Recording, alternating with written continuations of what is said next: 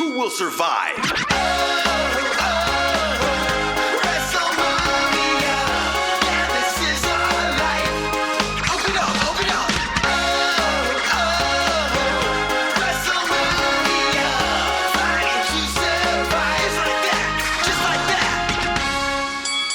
Welcome to Wrestlemoviea, the show about the swolest theater kids of them all, pro wrestlers, and the movies that they make. I am one of your hosts, Hulk Logan Trent, joining me as always, and his name is... John Reimann. I couldn't think of a good one. Couldn't think of a good one today, guys. And today we have a special guest referee, Big Daddy Cool, Dre Alvarez. Yeah, I was going to say I could go for Andre the Giant. It's the only time I've been okay with the name Andre. I normally hate it, but I could do Dre the Giant. There we go. Can you do an Andre the Giant? Can you do it on? I can, and I just saw did you all just see that great Dan Soder and Will Sasso clip of them doing impressions? And Dan Soder's got a great Andre. Oh God, I sent Dre the one where they're doing Dusty. Oh yeah, Rick of the Lot, baby. You got to promo him off the phone, baby. I should have gone with Dre Mysterio. That would that'd been better. Oh, that's good. Okay, stealing that, putting that in the brain bank. The Big Daddy Cool part should be a little tip-off as the movie that we're doing, because today is 2018's Blockers, starring John Cena. So, gentlemen, this was not my first time watching it. Dre had seen it before, but Johnny, this was your first, right? Oh, it was, and I actually just watched it scant hours ago. So I watched it today. So it'd be fresh in the old noodle. And man, dude, within the first 5 minutes of the movie, I had two genuine belly laughs, watching this. Yeah, the Billy Goat panties scene with John Cena, and then the boob cake were very, very tickled me greatly. I know we'll get to it in future segments. Same boat. I'd seen it before, as Logan said, just watched it again today. Scenes like that, I was really impressed with how they navigated the coming to an awkward thing. And I'm it either gets too absurdist or is not funny. And somehow there were several times they weaved it. And I know the scene you're talking. I know we're going to be talking that more. Oh, God. This is not a good movie for this podcast. This is just a good movie, period. If you're just out of any movie that we've covered for this show, this would be the one where I'd be yeah, you should just watch this because it's just entertaining. It's probably the first movie that most people have seen that we have done, because we have done some real obscure ones, apparently. Are you saying that nobody watched the blockbuster Wrong Side of Town prior to us bringing it was up? More than me, you, and some of my friends. I'd be very surprised. But what I was going to say in regards to this podcast itself, I believe I'm on Wrestlemoviea, I think, and I believe I watched the John Cena Blockers movie. If I messed any of that up, I'll understand. But a lot of the wrestlers in movies, the joy you have is if the wrestler doesn't belong in and how out of place they look, or if it's a wrestling property and the absurdity of that. I thought John Cena, this is kind of as he started remaking his image into comedy, and he still does a really good job being a wrestling character in this movie. So this, I kind of argue, excluding the fact that it's good, in the vein of Wrestlemoviea, this seems to flow well because John Cena is not a bit part, and John Cena doesn't abandon the wrestling persona. It's just he is a character that belongs to this movie, and you're works for me. I can't think of a better way to transition to our first section, which is Where on the Card Are You? This is where we talk about where the wrestler in particular was in his acting and wrestling career at this time. The aforementioned John Cena was fresh off winning his then record-tying 16th world title at the Royal Rumble. After losing the belt, he and then girlfriend Nikki Bella would face The Miz and Maurice at WrestleMania 33. The feud centered around The Miz calling Cena a hypocrite for his whole thing about starting to do movies after he had totally trashed The Rock for doing that during their WrestleMania run. After beating The Miz and Maurice, Cena proposed to Bella, and they spoiler, never got married. After the match, he then left to film this, and officially, this would be the beginning of him transitioning to a part-time performer and not a full-time wrestler. So it's kind of a landmark film and moment in the career of John Cena. Dre, were you still watching wrestling at this point, or are you still currently? I'm very interesting. I'm kind of hit or miss on wrestling, where I kind of come in and out. I'm the worst type of fan, as Jeff May from the Nerd Podcast will regularly bring up, where like I'll watch YouTube videos about wrestling. I will deep dive on, Wikipedia articles. I will rewatch matches online. And I'm trying to remember around this time, I think I was watching wrestling a little after this. I remember what kicked me out of WWE, at least in terms of regular watching, was when Dean Ambrose, like when they put Triple H over again. I believe timeline-wise, that would have been close to here, but I think it was a couple of years before this. So I think I would have been out for a couple of years because I loved the Dean Ambrose character. I loved what they were doing. And then they just did the classic, you got to put Triple H over, and I was out. And then apparently John Cena won his 16th title somewhere in there after I stopped watching. I always describe Dean Ambrose as like a John Carpenter character that John Carpenter didn't know about. Like he just stepped out of one of his movies or something like that. I was like Dean Ambrose. That's accurate. That that explains my like of him even more too. Yeah. I have mixed feelings with Dean Ambrose. So yeah. And let's spend 2 hours talking about it instead of blockers, Logan. Let's go. It's just for a guy whose whole thing is that he's a tough dude and like a John Carpenter thing. He has the shittiest looking punches I've ever seen. They're so bad. They're drunken punches. They're perfect for a John Carpenter movie. They're drunken punches. They're drunken, uncoordinated punches. I will say, spoiler for a future episode, Dean Ambrose has made a WWE produced film, which we will get to at some point. I'm sure we will. It's not good. I am looking forward to that podcast. I will never watch that movie. One other thing before I got on this show, you were texting back and forth. You're like, by the way, upcoming, like, will have been released as you all are listening to this. Hasn't been released as of recording, so I guess I can spoil it, right? It was a Money Plane, right? Yep, it's Money Plane. You were like, Dre, you can watch Money Plane if you want to be in front of the next podcast. And I'm like, I will listen to the episode and love you two greatly. I do not need to watch that movie, and I don't need to watch Dean Ambrose in a movie. I cannot wait to hear you two talk about that. But Dre, on Money Plane, you can see anything. You could see a man fucking alligator if you want to. God, Kelsey Grammer delivers that line with such gravitas. I mean, you can see Kelsey Grammer do a Scarface. You can see Joey Lawrence with Lego hair. It's fucking amazing. But we're not talking about that movie today. No, we're not. Still in where are you at in the card? And where we're at in the card is blockers. Yeah, it's like I said, this is kind of an interesting time for Cena. He was very self-aware with where his career was going. Like, he could kind of see the writing, like, okay, I'm going to be slowing down. And I feel like for all the talk that he had about The Rock, like, during their feud, he did kind of take a lot away from it in terms of, like, okay, I can transition into other things, specifically acting. And I think he did a much...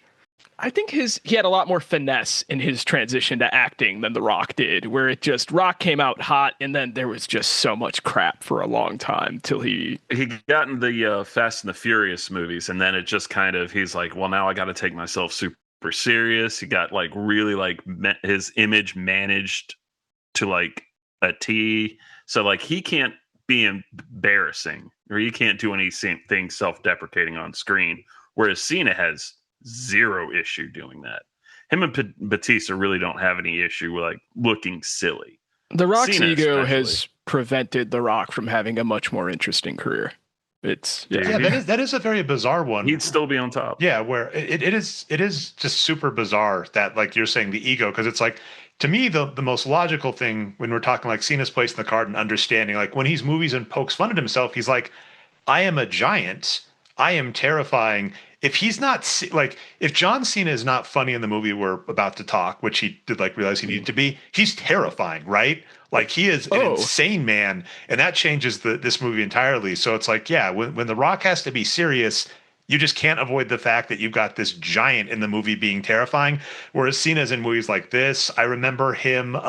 He shows up in the breakup, right? With or what's the one with John Hader or Bill? I'm getting made up. Bill Hader. He's in the one with Bill Hader and LeBron James, right? Like he just realized he's like, I don't need to take myself seriously because if I do, I'm just going to stand out as opposed to like get a chance to shine in the movies. Actually, I think that this is the easiest way to transition to our second segment, which is don't work yourself into a shoot, brother. We're going to talk about some of the behind the scenes production and public and critical receptions and things like that. So Cena, we'll talk about this scene later, but during the butt chugging scene, Cena said, I thought it was fun because everybody else felt uncomfortable except for me.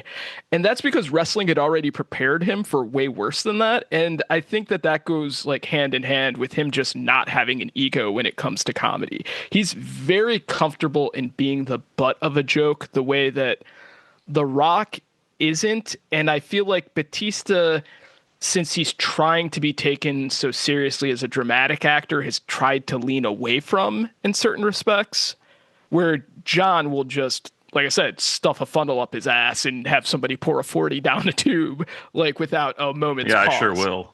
Yeah, so Batista will like do like some funny, like he did Drax, and Guardians, and he also did that like My Spy. I think he did 2 of those. He did too. He does like kidsy stuff, and I think he's like, I think you're like right. He's just not interested in the same kinds of movies that Cena is. But yeah, Cena's just like, he's the guy that's like, in Suicide Squad. He's like, well, you take his shirt off, he's going to be the buffest guy out there. How do I make myself look dumb? Just wear tidy whities. And he looks absolutely ridiculous, and it kind of takes the piss out of how big he is as well. So like he knows, he gets the joke and he knows what he needs to do. So yeah, he's fucking hilarious in this movie because he's like real uptight, and so he reminded me a little bit of my cousin, who's just like this real uptight dude that doesn't like know social cues and is kind of a square. He doesn't play that kind of character that often. I also feel like him being in the position, because one of the things that people always forget about The Rock is that The Rock was kind of like a meteor. He was just straight to the top of the card. Was there for like 5 or 6 years, and then he left. Whereas Cena had a much longer run at being the guy and being in charge. So I think he just felt more comfortable being in the lead of like a thing like that. And it kind of shows in the production for this, because in the behind the scenes stuff, he just seems to get along with everybody. His daughter in the movie, Geraldine Vishwanathan, made him a hat that said #1 movie dad. So like, yeah, he just had a great time with everybody. Here's this. I don't even know if this counts as behind the scenes, but I'm putting it here, brother. What I love about her last name, which I believe is pronounced Vishwanathan, and the only reason I'm bringing that up is one of the greatest chess players in the world, Vishwanathan. That's his first name. So I was like, is that? And I looked it up. It's spelled the same. So there you go. But no relation. She's from Australia. I always forget that she's Australian because she does a fantastic American accent. She does. She's also one of two of the daughters are in Marvel movies. Like she's in Thunderbolts as Julia Louis-Dreyfus's assistant. Yep. And the blonde girl, Julie, is Ant-Man's daughter in Quantumania, and I think she shows Stature. up in Endgame. Yeah, she's Stature. There's also not a lot of people are going to get Stature. That's why I said Ant-Man's daughter. We know who that is. There's also a third cameo, but it's a weird one for a Marvel movie. They have a Haley Stanfield song that all the girls love and keep dancing to throughout the movie, and she's obviously one of the Hawkeyes in the MCU. Yeah, she's Kate Bishop. Yep. She's Lady Hawkeye, Kate Bishop. That's a good show, too, the Hawkeye show. So it's kind of also one of the weird things, considering Cena is the one who you figure is like going to be doing most of the physical stuff and the stunts in there. Ike Barinholtz is the one who got most injured in this. On the last day of filming, he fractured 2 vertebrae falling 18 feet during a stunt. What was the stunt? I'm Oh, trying to think of the movie, which stunt it would have been. I'm guessing they did not include it in the final because I don't remember any fall in there. If it was anything, I would assume. I think maybe when he bumps into that kid at the hotel, he probably like fell off the balcony or something like that. But he actually said he was glad that it happened on the last day because if it happened earlier, they would have recast him and he would have hated that because injury aside, he fucking loved making this movie. And they actually had to rewrite the injury into the last season of the Mindy Project for him. So yeah, glad he's okay though. I'll say two parts. He killed it in this movie, and that tracks because there is a scene in the movie. He keeps running into this kid, and they keep having a problem. And the kid says, "Do you know what it's like to like have your big moment taken away from you?" And then there's this awkward cut. And what probably makes sense is if he let the kid kick him over like the railing at the hotel, and he fell and got hurt. And if they Yeah. cut that because like they didn't get a good cut where he got injured, that you're actually, I was going to say I had like one nit with the cohesion of this movie, and the behind the scenes I think you've basically shown they had to edit around it. It's such an awkward transition because he just says it and you're waiting for something to happen and it just cuts right away. And that's the only, there's no other scene that involves him being at any type of height like in there Yeah. where he could have possibly had that. So that's what I was thinking was probably where it happened. But he, in the interviews I saw and the stuff, I just couldn't find him stating exactly when. But it's also weird that it's like literally the last day of filming. But I guess it makes sense in case shit like that happens. That's what a good director plans around. So yeah. yeah. I was thinking, I was like, it's probably one of those times where he like clips that breakdancing dude because he does it twice. So Yeah. I was. But when you said that, I immediately went to like what Dre was thinking. I was just like, yeah, it's probably he was supposed to fall off that balcony. But dude, he is so good in this movie. We'll talk about him in the next section. But damn, he was really good. Couple other notes. This movie went through a couple of title changes. Originally was going to be called Cherries, which just Nope. not No. good. Nope. What? Who came up with that one? What fucking sweaty ass man came up with that? Yeah. It then switched to The Pact, We'll and call then it finally they Cherries. settled on Blockers, which is the most appropriate name, and I'm glad they went there. That's a fantastic name for this. Yeah. I don't think you're gonna get weirder than cherries. This is a Chicago weirdness thing. So this movie okay. takes place in Chicago.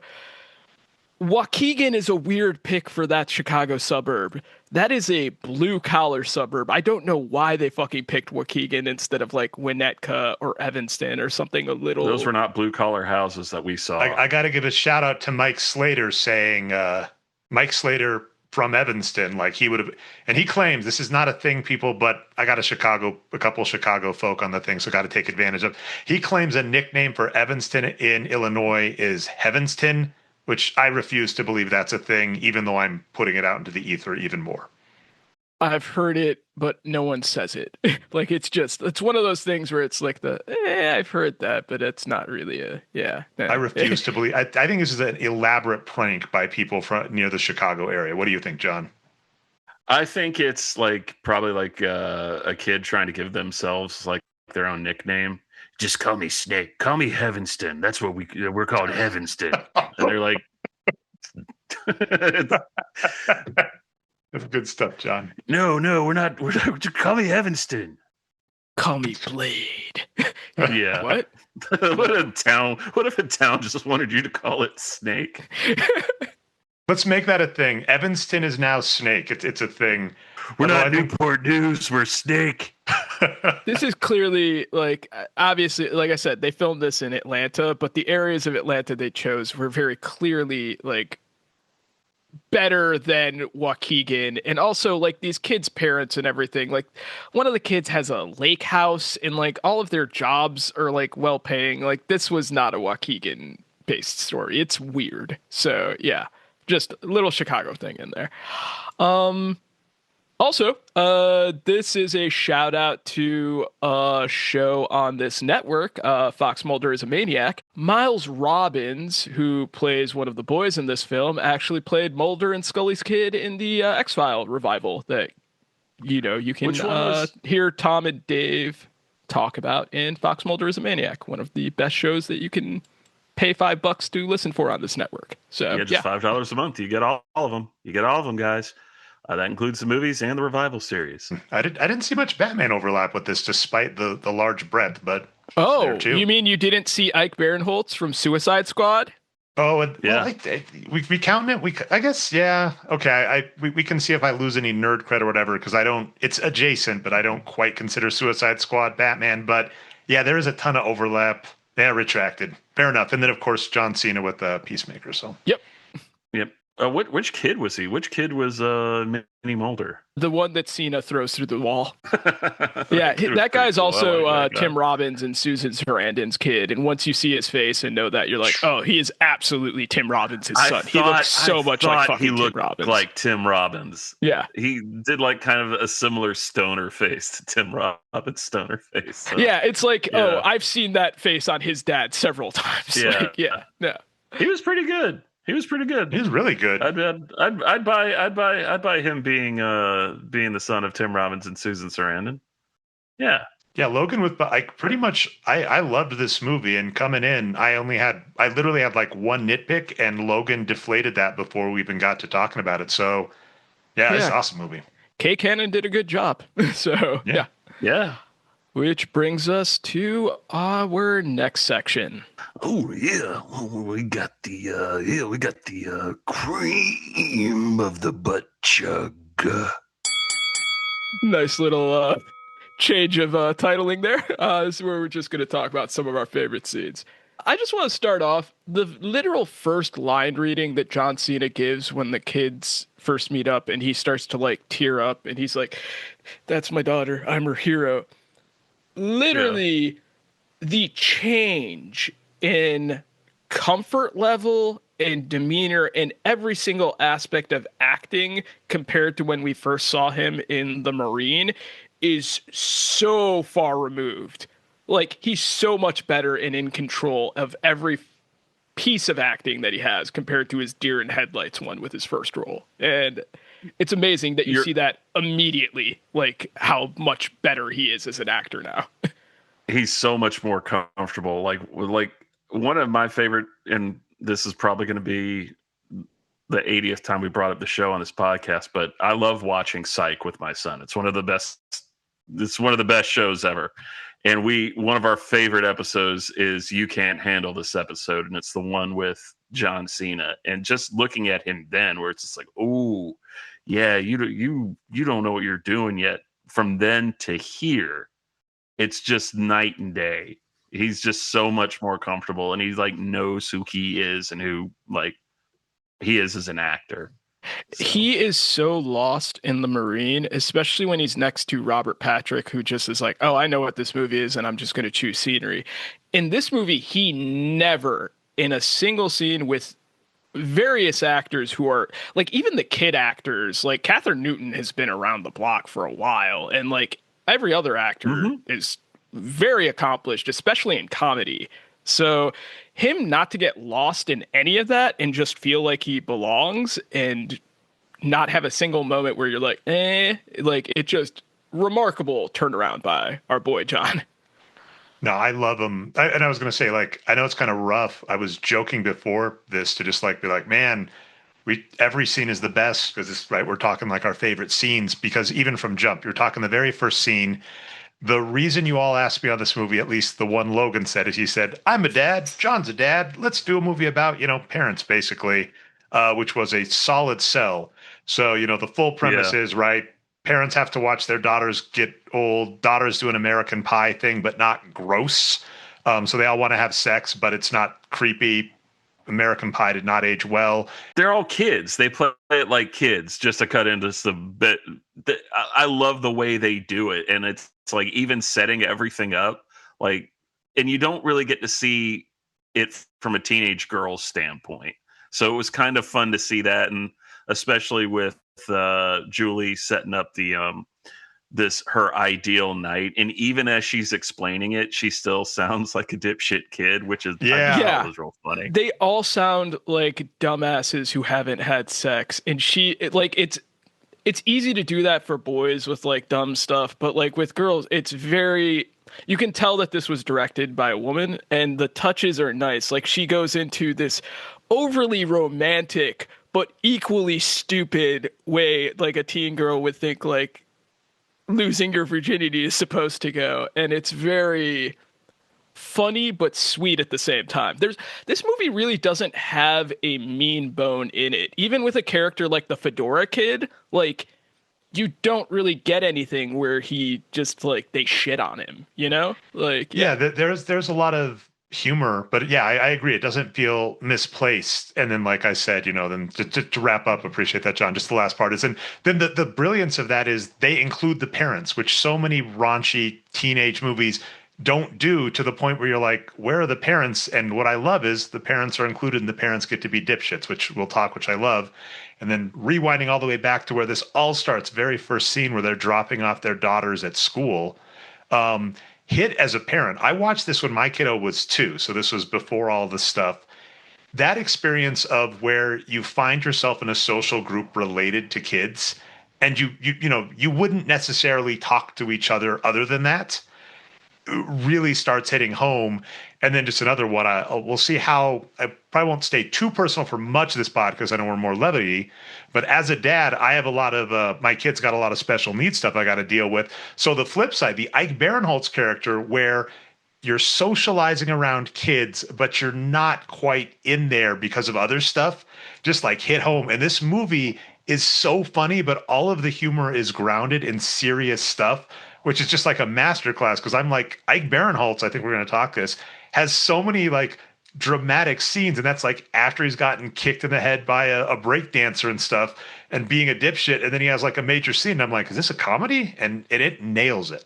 it comes out pretty early with them being kind of, even the parents, like they still have a journey they go on, but they're kind of fully realized. Like Ike immediately is like, oh, while the other two are worried about their daughters losing their virginity, his whole thing is just, oh, I know my kid is gay and I don't want her to be pressured into this mistake because I know my child. And it's not something that you would expect. Usually it's like, oh, the father has to find that out. And here he's just off Jump Street. He knows that. And he's like the buffoonish character, but he's kind of also like the emotionally aware one, which is interesting.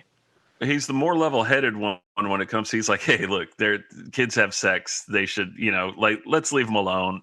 And he turns from like, he's presented as the buffoon, yet he's the one that's constantly trying to reel the other two in, because he's coming from the standpoint. It's just like, look, they need to be able to do this. Like, we're gonna look like maniacs, and it's gonna scar their night forever if we go in and drag them out of prom.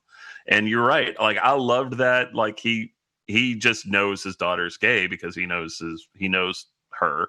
And the whole reason that he's trying to stop her is like, no, don't be pressured into doing something that's not you. That's not, he's like, I can tell she kissed him. She hates it. She's gonna get pressured into doing this, and I don't want that to happen. It's the sweet moment where he reconciles with her at the end. I was just like, this. I almost teared up a little bit at that. I was like, he did a really good fucking job. He might be like the MVP in here. Yeah, his point that he would have been upset not to make this movie. No, I would agree with that too. On a stacked cast, Ike Barinholtz is the MVP of this movie. I agree. Yeah. I should have put this actually in the previous section, but I want to note something that I've forgotten to note. This originally was supposed to be 3 dads, and when Kay Cannon came on, she changed it to add Leslie Mann as a mom in there. So that's just, again, good job by Kay Cannon. That's why you're a good director. And she's also really funny, Leslie Mann. So, like, just to circle back to a point you were making earlier, like, all of John Cena's scenes are with Leslie Mann and Ike Barinholtz, who have just been in comedy. That's all they do. And they also do a lot of ad-lib stuff as well. So he's able to keep up with them and be funny and not be outshone in any of the scene. They're all kind of on equal footing in every scene. So it's a good job by him in this. Also, there are scenes with him and Gary Cole, which he just has fantastic facial acting in during seeing. Oh my God. Good for Gary Cole and Gina Gershon. So yeah, they're very funny. Also, Gina Gershon in an episode of Psych. She was in the Tim Curry episode, the American Idol one, and she's very funny in that. Yeah, but yeah, the blindfold scene. Holy fucking shit! We have to talk about that. The pose that Ike Barinholtz gets in, like that pose he's in. Yeah, where she's ratcheting on his nuts, and they show the friggin' subtitles of yeah. I gotta say, I don't even know how to set the plate for. That's how good this movie does. Because this setting the plate for that scene, Logan, can you even do it? The scene with the four-way with Gary Cole that made it into this movie logically. I don't understand how it did that.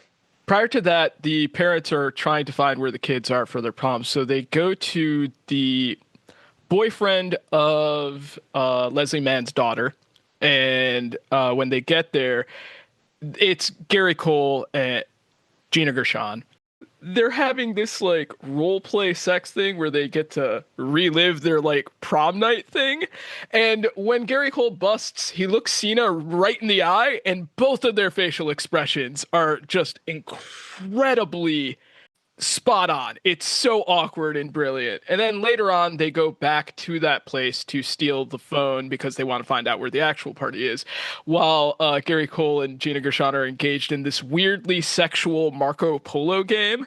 And it ends up with Cena massaging Gary Cole's bare chest and Gina Gershon just grabbing a handful of nuts from Ike Barinholtz, and it's just played well by all four people. Like, it's just great setup, great punchline, great payoff. Has a random Jurassic Park homage in there, done brilliantly. Yeah. Gary Cole is naked Gary Cole, whose penis we do see in this movie. There you go. As a raptor, I mean, replace the Raptors with naked Gary Cole, and I think Jurassic Park still works. I had that exact same thought, Dre, when they were like closing in on Cena, like in the kitchen. I was like, "Oh, this is like the Raptors in Jurassic Park." Clever Gary, and then Gary's dick pops out of the grass and then attacks Muldoon. The reaction shots that John Cena has in this movie are just the fucking best. Because, I mean, it makes sense that he'd be good at that because as a pro wrestler, like he has to play it big for like the people in the cheap seats. So for him doing the facial expressions in here are great. Yeah. And like when he spits out the panties at the beginning of the movie, because he's like having this flirtatious scene with his wife, and he thinks he's found some sexy undies, and he's like, I'm just gonna eat these, like I'm gonna take these off my mouth and eat them like a billy goat, and he's just like chewing on them, and she's like, they're your daughters. And the spit reaction take he gets, that like I fucking howled. I had to rewind it and watch it again because his take on that was so fucking funny.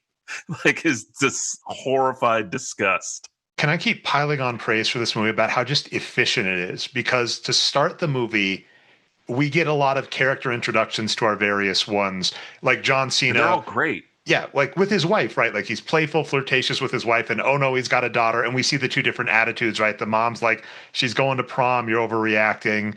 And then we do see that, you know, his daughter was like a tomboy, that they really bonded over sports, and now he has to deal with the facts that like she's growing up. So like, but it's like they managed to sneak in those funny things, like the fact that he's trying to, you know, hit on his wife, and she's like, why do you have your daughter's underwear? And John Cena plays it perfectly.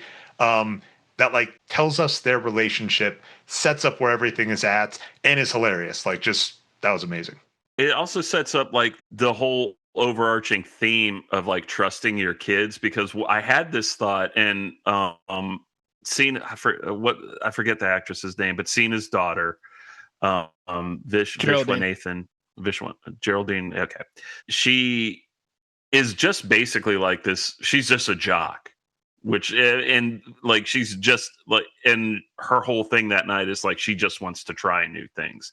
So like, she goes out with like this guy they call the chef, because he just likes making edibles and like concocting different like drug cocktails and stuff. It's very funny. But what the thought I had when they finally get to the end scene is just like all their daughters they're all confident. They're all confident kids. They're just, out making kind of informed decisions and making good decisions too.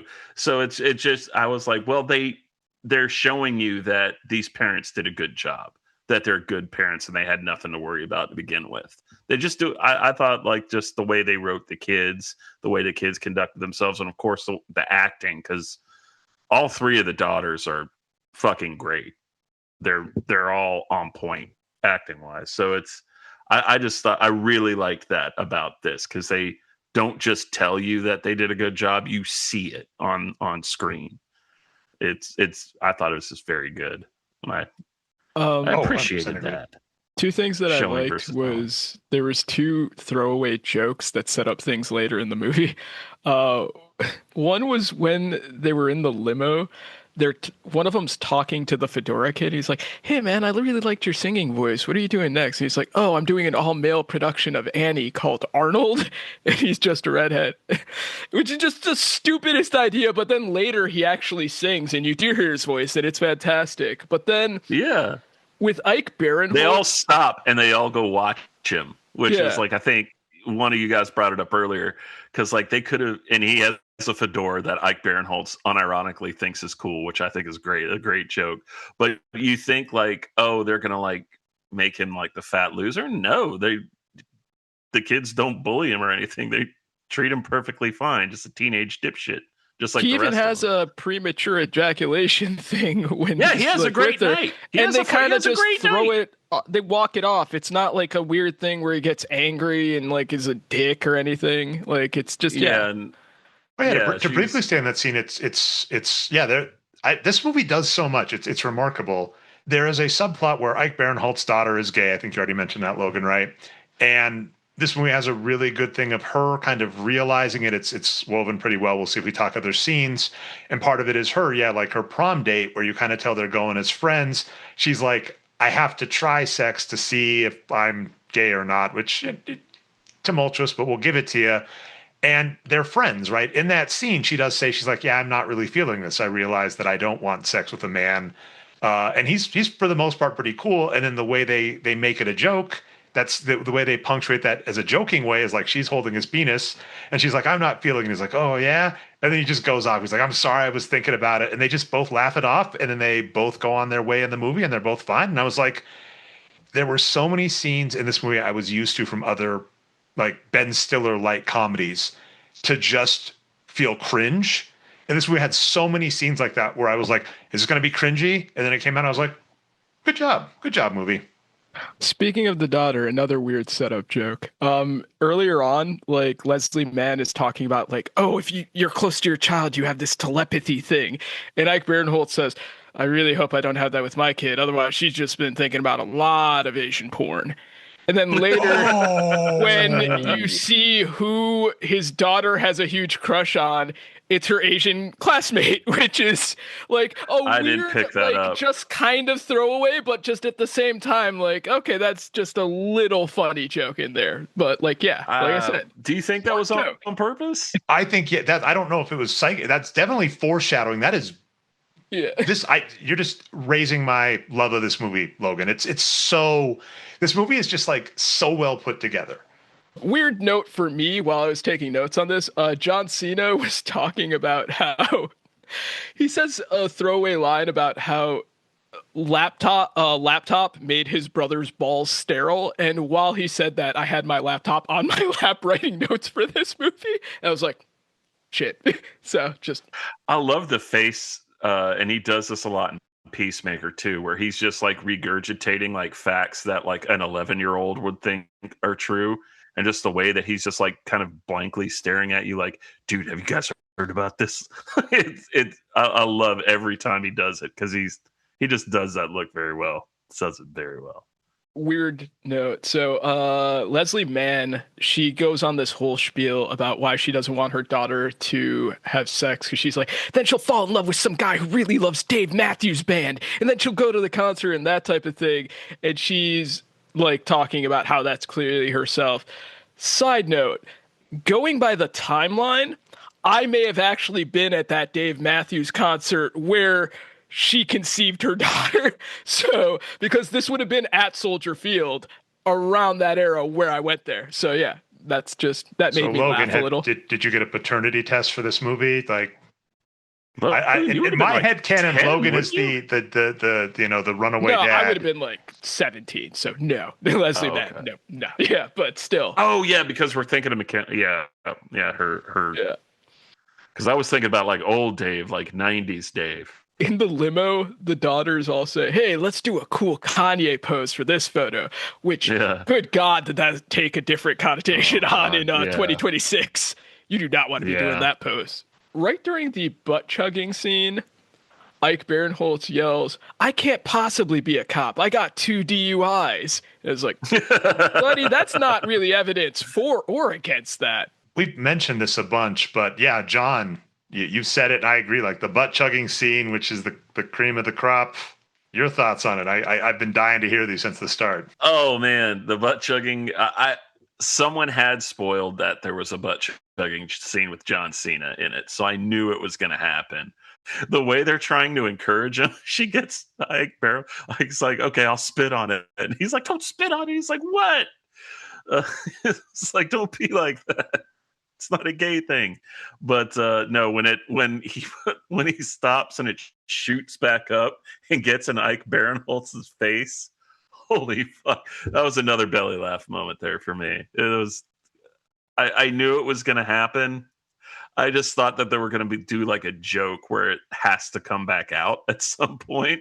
He kind of says, "Oh, there goes the rest of the beer," when they get flipped over. Yep. And that was handled well in the best way, which is, they're trying to track down their kid. They're adults at a high school party where they're out of their depth, and the kids are like losers, and they have to play along.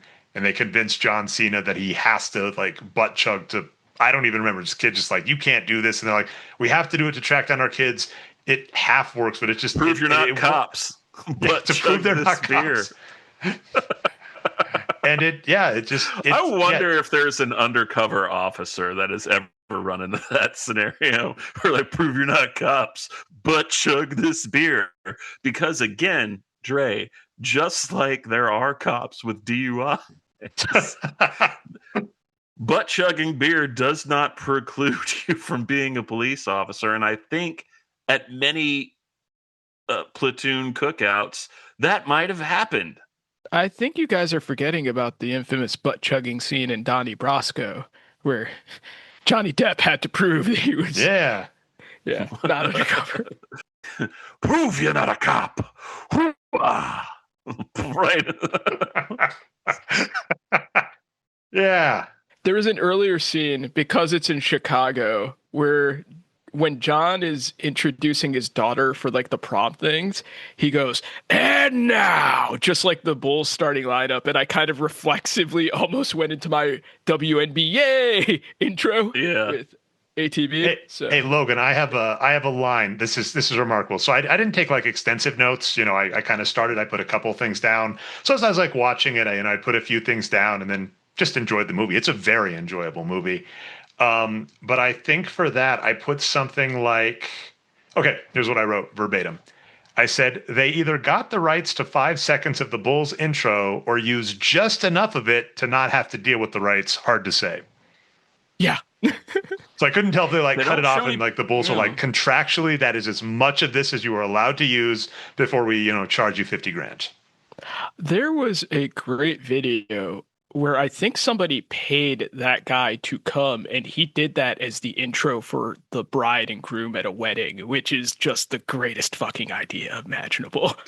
Yeah, as a Chicagoan, like, because we've talked this, a bit of backstory, right? You both have been on, we've had tons of crossovers on podcasts, which I've loved. You've both been on the You Got to Check This Out podcast and the Nerd podcast. And Logan, I can't even remember. They all blur together. But there was one where the Packers and the Bears were going to play each other. You came onto the show. You were talking so much shit. I was like, I don't care. And then the only thing that could have made me care happened, which was the Packers blew, I want to say, a 17-point lead the next day. And I was like, all right, well played, Chicago, Logan. You got me. Ah, good times. You got two Bears. But you had to have enjoyed all the baby. Chicago shout outs, right? There's references to Phil. I think at one point John Cena's crying about like how he's like Phil Jackson as a coach, which I loved. Like, Oh, that scene was funny because that's when he's reconciling with his daughter and he starts saying like, it's like when Phil Jackson, if you look, that's the only scene where Cena is starting to break because you can tell he's starting to try not to laugh because his mouth is just like, that's not a cry, that's a laugh, and you're trying so hard not to break scene right now. There's a great part where Ike Barinholtz tells John Cena, "You're not Arnold Schwarzenegger," when he's trying to roll up the window, and then Cena just pushes the entire window down. How are you doing this? I love that. That's really not the line that you say to Cena of all people. Like, that's such a weird, "You're not Schwarzenegger." You're like, yeah. That was a funny scene. Him just pushing the window down, and Ike Barinholtz's reaction is very, very funny. We talked about that kid who Ike Barinholtz keeps like bumping into and fucking up. He had those goddamn light up shoes that were like such a thing in 2017 and 2018, and it just like hit me like a nostalgia fist really weird. Like I was like, about to say, that was we all very agree much those a were cool specific shoes, moment. right? Those are cool shoes. I like those are cool shoes right now. I'd wear those to the fucking store. I don't care. I'm not cool enough to wear those shoes right now, John. Neither am I, and I'd still wear them. No, you're cool. Nah, John, You don't need to be cool to wear those shoes. You could pull those shoes off, John. I'm not pulling them off. Those shoes make you cool. And you don't need to tell me I'd pull them off. I know I would. I think it's just because it was made by Universal, but I think it also counts as a kind of like funny thing if you just have headcanon of it being a sign that she's closeted gay. Ike Barinholtz's daughter has a poster of Snow White and the Huntsman on her wall, and I'm like, yeah, bullshit. You only like that movie because it's got Charlize Theron and fucking Kristen Stewart. That's why. Yeah. No, that is that is a absolute like message about you being a lesbian earlier. Like, yeah. When she's like checking out Xena, like they did a good job. And Xena too, definitely. When she did that, then she was just like, that looks so realistic. Like, and non-ironically, she just is looking at her. She pasted her face over. I never watched Xena. What was the name of her sidekick? It's that girl. Gabrielle. Gabrielle, she just photoshopped her face and she's like, that looks so real. Very funny joke. Yeah, no. Every time you think that it's going to go to a stereotypical spot, especially even with like the dates, like you think like, oh, the boyfriend might just be a douchebag. Nope, he's actually more in touch with like his emotions than she is at that time. And then even the chef guy is like super cool, despite being, a all three of the dates. Yeah, all three of the dates are chill. They're like, this is not that kind of movie. They're not going out with, well, I think, is the chef a total stranger to her? He's her science partner for like, because later on he's like, yeah, because we already had chemistry. And he says as a joke, and Cena wants to just beat the shit out of him right there. Yeah, it's so funny. When Cena throws him through a friggin' That was wall. So great. And I also love in real time. It makes sense. I really wanted to see him do the Vince shuffle or shutter on the floor, like when he starts like shaking and everything. He just pops right up and he's like, "Nah, I'm cool," and then he just walks out of the room casually. It's like, actually, really I'm great. cool. But we can buy it because they've been getting drunk and high all night. So you buy that he's just like was a complete rag doll, didn't respond, popped up. I like that the movie actually like addressed it, right? Like he gets up, he's like, "Are you all right?" He's like, "I'm cool." And then later we see him and he's like talking. He's like, "It's wild." He's like, "He threw me through a wall, but I'm okay," or whatever. So I absolutely loved that scene. Is it cool if I talk a storyline set of scenes that I really dug about this movie? Absolutely. That's this section. Do it. Yeah. The Leslie Mann and Julie with her daughter. It's so weird because it's like I know the adult actors and like the kid's name, but Leslie Mann and her daughter. First, I thought I misread a thing. So her car says Jewel's mom. It's Jewl mom, but it's spelled Jew. And I had to rewind. I was like, does her license plate say Jew mom? But no, it's Jewel ma. No, see, that's a Chicago difference there. When it said Jules spelled like that, I thought that was a reference to Jules, the famous Chicagoland grocery chain, and I was like, wait, what? And then I was like, oh wait, no, her daughter's name is Julie. But yeah, I legitimately thought it was a grocery chain joke, while you thought it was an anti-Semitic bit. Like, it's like, yeah, that's kind of funny. I didn't see the L part. I thought the entire movie it said Jew mom. And like that was so when they said like the Kanye line, I was just like, that really didn't age well. So I just assumed I was like, well, maybe they're Jewish. I didn't I honestly didn't know or really care about us, but I was just like, that's a weird license plate to have. I 100% thought it was a grocery store thing. What I did really love, like my favorite scene is actually the crescendo. So this entire movie, the parents are trying to stop their kids from having sex. John Cena would have succeeded. He was too late, but he would have succeeded because he put the guy through a wall. But they decided, hey, they're not ready. Ike Barinholtz gets there too late as well, but his daughter also says she's not ready. The one couple that is ready, Julie and the kid from The Good Wife, the son on The Good Wife is her boyfriend. Okay. I think his name is Austin in the movie. It's funny that he's the kid from The Good Wife for you. For me, he's the rapist from Riverdale, and that's why I didn't trust him at first. Because, like, you son of a bitch. I didn't I know was like, he's the good kid from The Good Wife. He's like the good son that's always helping out his mom. Yes. How you know that actor would definitely change, because I never feared, like, I was like, he's a good guy this entire movie. I was like, I know that fucking piece of shit Nick from Riverdale. Like, yeah. He assaulted Jughead. Leslie Mann gets to the hotel room in time where, like, the very kiddish setup has actually happened. The friends are so sweet, they've done it. And there's this tension where you're like, is she going to get caught? Because she kind of realizes, she's like, what am I doing? My daughter's growing up. She's mature. There's been a sideline where her daughter wants to go to school out of state. And they have a rough scene where her daughter's just like, I need to get away from you, but doesn't say it nicely. And you do kind of realize that as a single mom, she's raised her daughter right, but she's latched on and they probably need some space, but the mom isn't ready to let go. Somehow the movie gets us through that entire plot line. It's amazing. But the last scene, you're like, is this going to be an embarrassing thing where she's caught by her daughter and boyfriend as they're hooking up? Because she's like stuck under the bed, and then she like sneaks behind the curtains and then like does a roll behind a thing and then like scampers out like some kind of monster. She gets electrocuted by the TV. She gets electrocuted by the TV, which was very funny. Like her shuddering behind the thing. It was like that was trying to recover. So hilarious. It was such a hilarious scene for all of those things. But then what I loved is how it ends, because she like manages to sneak out the window, sneak around the back, and get out, and then realize and like leave. And I was like, I was so happy that that scene didn't end with the, you know, the embarrassing like, Mom, what are you doing here kind of thing, or her having to be there where they had sex. But it was just a really good scene. And like Leslie Mann does play a single mom that like needs to move on. All of the pathos in that was really remarkable in this movie. It's fantastic because when she sees the room, all she says is like, what the fuck am I doing? There's no big like her having to like, it's just a split second of just like realization, and you don't need that moment where she has a conversation with her daughter or anything else. It's just, okay, I know exactly what's happening. I have to get the fuck out of there. It was very subtle, and I liked that they went with that route rather than having an emotional talk or any other weird things that they could have gone with.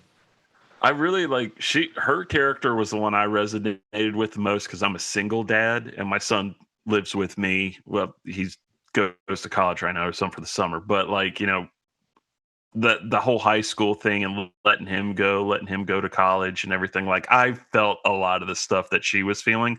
I didn't follow him around on prom night or anything, but it's just like, yeah. What kind of dad are you, John? Come on. I did butt chug a beer, but that was just that had private. So you were wearing like lighted shoes. That's how you celebrated prom. Of course. Yeah.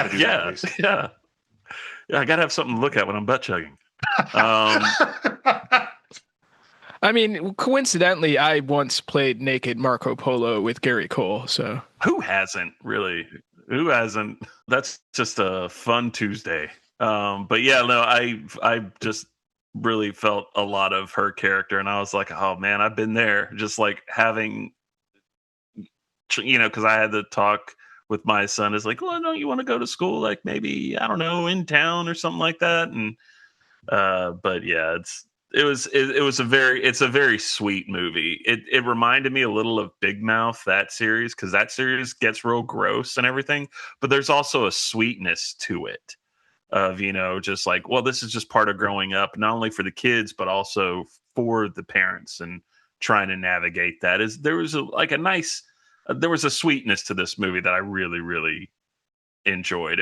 It had the gross parts, but still at the same time, oh, these are some nice moments here, especially with Ike Barinholtz in that last one as well. This movie has a brilliant bookend.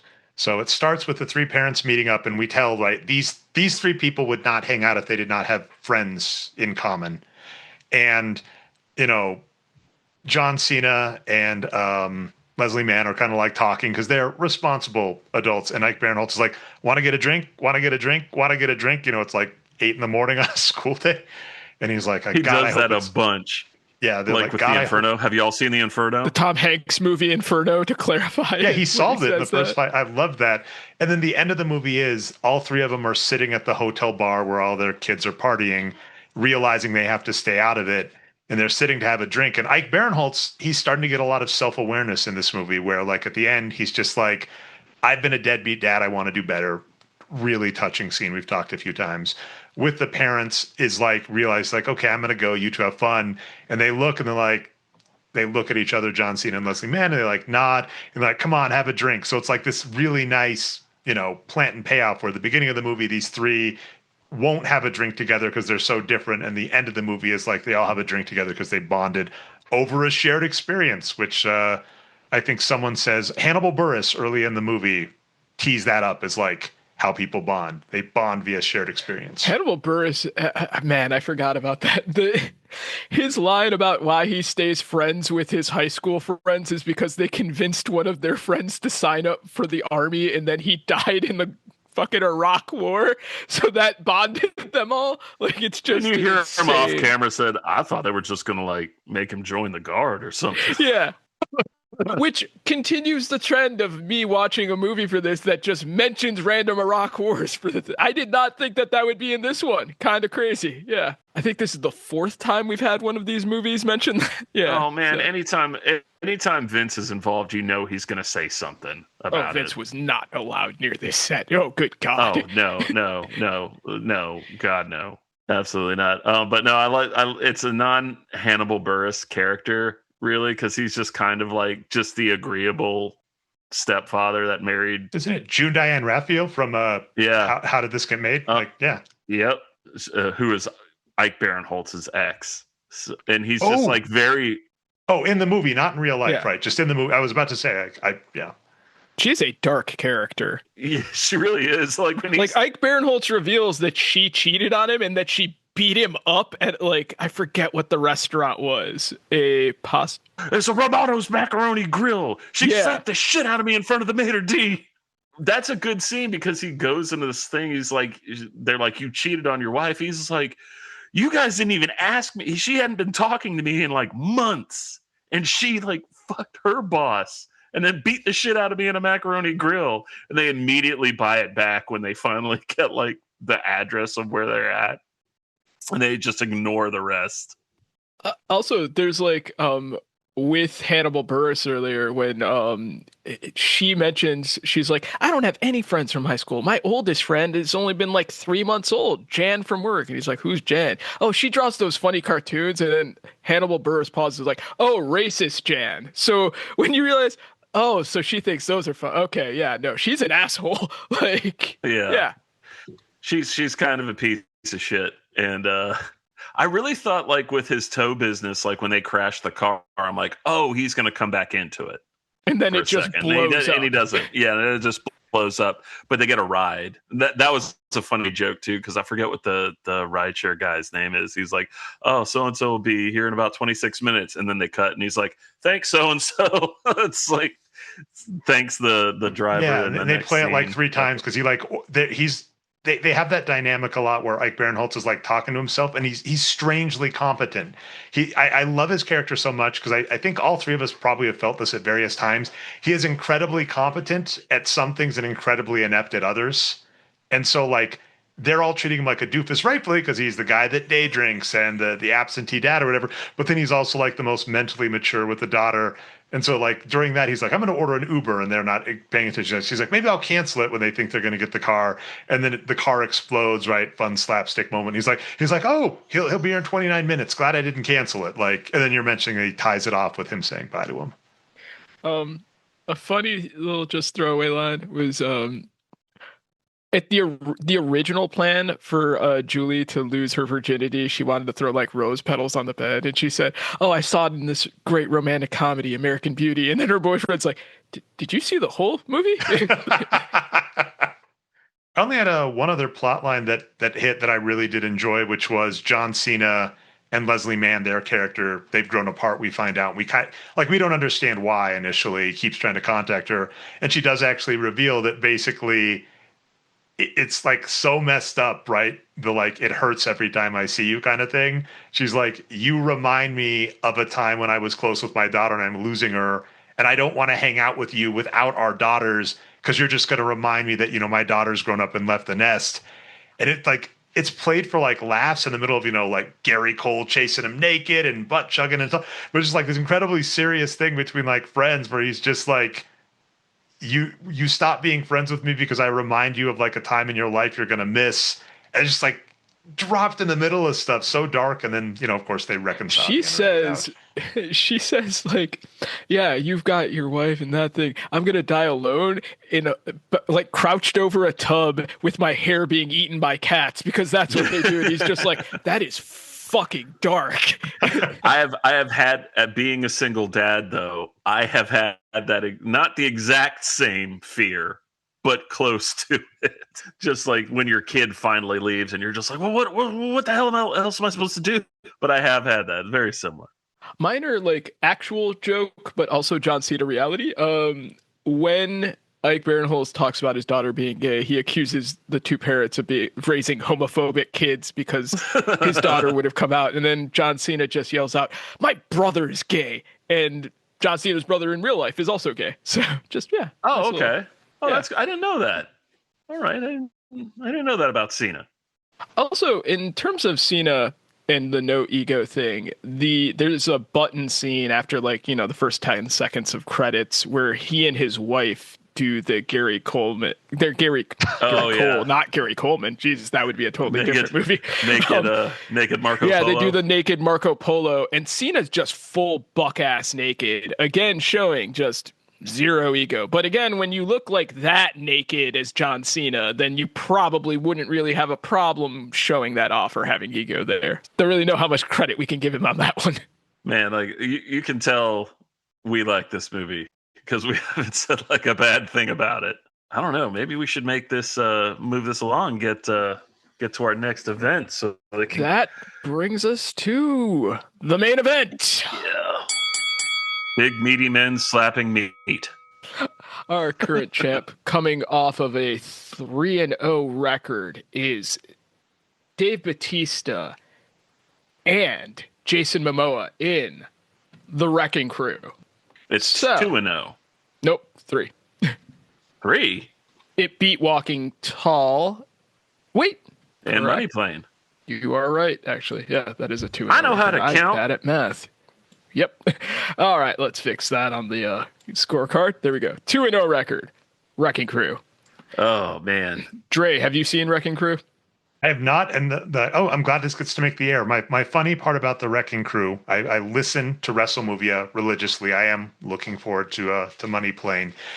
I was listening to the Wrecking Crew, and I thought you were going to do the Wrecking Machine, the serious biopic with Dwayne "The Rock" Johnson, which was done on this network. Gameplan employed Tom and Dave did go over that, and so you were like talking about it, and I listened way longer than I should have. Took you to realize.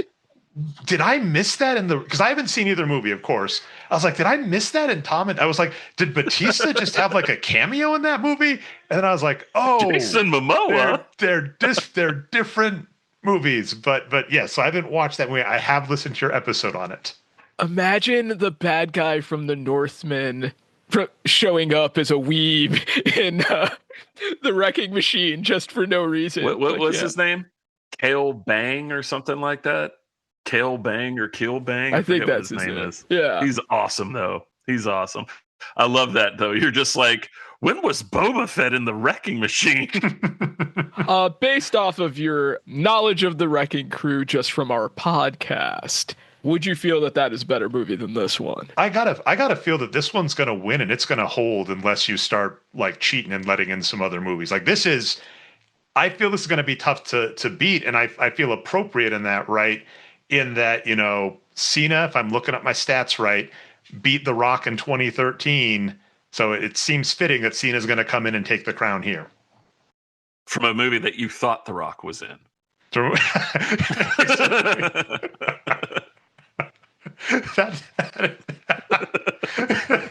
Yes. I like how your brain is still operating. Well, no, like, no. To be fair, now I know this isn't correct. To be fair, The Rock was a champion briefly here with Walking Tall. So I'm saying like Cena is taking it. Oh, that wasn't briefly. That was he had the longest reign so far. I'm just saying a long, disappointing reign. So I want to be clear when I'm saying Cena gets the crown after Rock. I'm agreeing he didn't take him down for it, but I actually like that you're giving me that out, John. I'm going to say he takes it from The Rock because The Rock was in a movie that sounded like another movie you did, so it counts. It had one word in that was similar. So yep, they were practically co-stars. Exactly. The Wrecking Crew was fun, but like Logan, I think you pointed out, it's just Lethal Weapon. It's just a homage to 80s action movies. There's not really a lot of like cleverness or thoughtfulness in it, and they're just acting like cartoon characters. They are like Cena and Baron Holtz and Leslie Mann are also acting like cartoon characters to an extent, but there's so much more thought put into this, and the performances of Cena, especially because this is a wrestling podcast, his performance in this, I think, is better than theirs in the Wrecking Crew. So for me, and I said this in the Wrecking Crew podcast, I was disappointed that the action wasn't better. Like, I thought that the action would be better, and it's an action movie. This is a comedy, and the comedy is actually good. So it succeeds doing what its goal is way better than the Wrecking Crew does. Can I also note the action in this movie? Yeah, John Cena picks up someone and throws him through. They have that tense scene where they're running from Gary Cole. It's got to be Leslie Mann's stunt double, but Leslie Mann does like multiple really cool moves to get out of it. It's like this movie had some good action. A car blows up. Like this movie had action too, and it was well done. Her turtle crawl out of the hotel room was very funny. So like good. With her last butt to the door, like her turtle crawl. So good. I laughed really hard at that. They have a car chase scene, which is very short, but like I enjoyed that one a little more than the Wrecking Crew's car chase scene, which just was countless slaughters of like cannon fodder civilians out of nowhere. Like, yeah. Oh God, yeah. They just was like, well, what if we just did Kandahar but put it in Hawaii or something like that? It's just like, man, we didn't mention the limo driver. He was great. We don't need to talk about him like too much, but he's great, especially when they start rolling. Like he rolls down and he's like doing this like, hey, I'm a cool adult like speech, and they try to roll it back up and he pushes it down. He's like, nope, not done yet. The thing that I love about that is he gives this like heartfelt speech. He's like, yeah, I want to make sure that prom's the best for blah, blah. And then he starts rolling up the window, and then you just hear him say, fuck, I missed the turn because of his stupid speech, which is just a great joke. That's Colton Dunn, and I really love him on Dropout TV. He is great on that. He was also one of the animal control people on Parks and Rec, like one of the stoner animal control people on Parks and Rec. But I also like he is so committed to his job that he sees the parents chasing him and knows that they're going to ruin the kid's night. So he is actively running away from them. He runs away and he tries to do the hood slide. He's like, Dukes of Hazzard, and he fails. And he's like, it's a racist ass show anyway. And he just like, yeah. That's the thing about this one. It's like I would watch this more than I would rewatch The Wrecking Crew. Like, I would happily go and watch this again. I had to watch The Wrecking Crew a second time for this podcast because I had seen it originally. I had to watch this a second time for this podcast because I had already seen it. I was way more excited to watch this a second time than I was The Wrecking Crew. Like, it's just, this is a good movie. Like, it's, And I'm that's not it. saying like The Wrecking Crew is bad. I mean, we did an episode on it already. I liked The Wrecking Crew. I thought it was great. But this one is just so much more memorable. It sticks with you. It's better written. The acting is better. It's A brisk 97 minutes. Yeah, exactly. Which is like, on this show, yes, please. But like, it's an hour and 45 minutes. It's fun. Yeah, I mean, like, it for me, this wins as well. So, Logan, your final thoughts on the two? Just, yeah, no, this is an easy win for me. I'm trying to think of like a comparison for like. It's not a squash match, I don't think. But it's not a squash match. This is like one of those ones where somebody wins the Royal Rumble and it's very clear that they're going to win the title at Mania. And it's like, you deserved to win the title at Mania. And that's it. Like, I don't think there's like more that you have to get into than that. So, yeah. And then Dre, based off of your listenings of Wrecking Crew, I think you agree. Yeah, I would be shocked. I mean, I'm just going to say this again. You guys, your show is awesome. There has yet to be a movie on your show that after listening to your show, I say, damn, I have to watch this out. Have I said, damn, I've got to check that out? Quite the contrary with some of them, like Santa with Muscles, where you're like, please do not watch this. And I'm like, message received, and I doubt I will watch Money Plane after it. So this easily. I love this movie. I was excited when you asked if I could watch this. I was like, I just wanted to make sure it was the right movie, because I was like, I remember that movie. I thought it was pretty good. And just like based on some of the prior movies you've done, I'm like, oh, I hope there's not a 2022 Vince McMahon written blockers about something worse. So loved it easily. Oh, yeah, I think this should stay on top for a while. I mean, this should easily beat what this would have easily beat Money Plane if Money Plane had won shockingly. And I don't want spoilers, but I got to buy it'll beat whatever you do next. Well, then there you go with the like cover and 3 count for blockers over the Wrecking Crew, who 2-0. Now it is blockers with a 1-0 record. Give them the spinning belt. Dre, is there anything that you want our listeners to know about? Appreciate that so much. Absolutely have to shout out. You got to check this out with Mike Slater. He is my co-host on a show, and he said he's thrown out a challenge. You're going to have to find a movie of some sort, but a tag team movie somehow where we can have, you got to check this out, fully invade Wrestlemoviea. You got to check this out as a fantastic show that you have both been on. So that's with Mike Slater of MikeSlater.com and Slatron. And if you go listen, we do a lot of Babylon 5 episodes. And if you like Logan and John Reimann watching bad stuff, let me tell you what, there is a lot of content over at You Got to Check This Out, the podcast. And then that is an offshoot of the show Nerd, which I do with Jeff May over at patreon.com/Jeff May, where we talk nerdy subjects. And, shocker, if you like hearing John Reimann and Logan talk about bad movies, you can go check out Nerd, because there's some great stuff there. Doom, Logan's Run. I know we got to make Jeff watch Doom again. He's a fool. Doom. I loved Doom way more than I should have, just as a shout out. So there is a great episode with John Reimann talking Doom, and a great episode of Logan talking Logan's Run, because you've all learned already.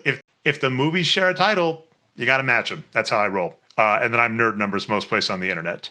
You do got to check this out. It's a good show. I had so much fun being on there and talking about Babylon 5. I'm so glad you did, because we were very hit or miss. Like, are people going to be mad at us? And Mike Slater had a blast and is a huge fan of this show as well. I had a perfect episode of Chekhov being a weird creep. That was you guys gave me the creep episode. It was pretty great. There's more than one. I hate to tell you. What about you two, by the way? So of course, I got. So if you're listening to this, thank you very much. You can actually get access to all the podcasts on the Gamefully Unemployed Network, which we appear on, like Himboos, Fox Molders, and Maniac, Spiel Boys. You can get that all at patreon.com/Gamefully Unemployed. Sign up, $5 a month gives you access to all those podcasts. There's also a movie night they do every Friday night, which is a lot of fun. Sometimes you'll see me and Logan on there. And also, if you go to their they have a link to their tea store, which you can get T-shirt, mugs, merchandise, anything you could think of. And if you want to follow me, I am sometimes on Blue Sky at Johnny Rhymes. And Logan, what plugs do you have for our people out there today? I host a WNBA podcast with our friend Adam Todd Brown at the You Don't Even Like Network called WNB. Yay! If you want to check me out on Blue Sky, I'm at the Logan Trent at Blue Sky. And that's about it. Say goodbye, Johnny. And you have an OnlyFans, right? You have an OnlyFans. Yeah. Check out my OnlyFans. All right. Well, yeah, we'll say goodbye to you guys. Say goodbye, everybody. Bye. Bye. Bye. Ring the bell. Who will survive?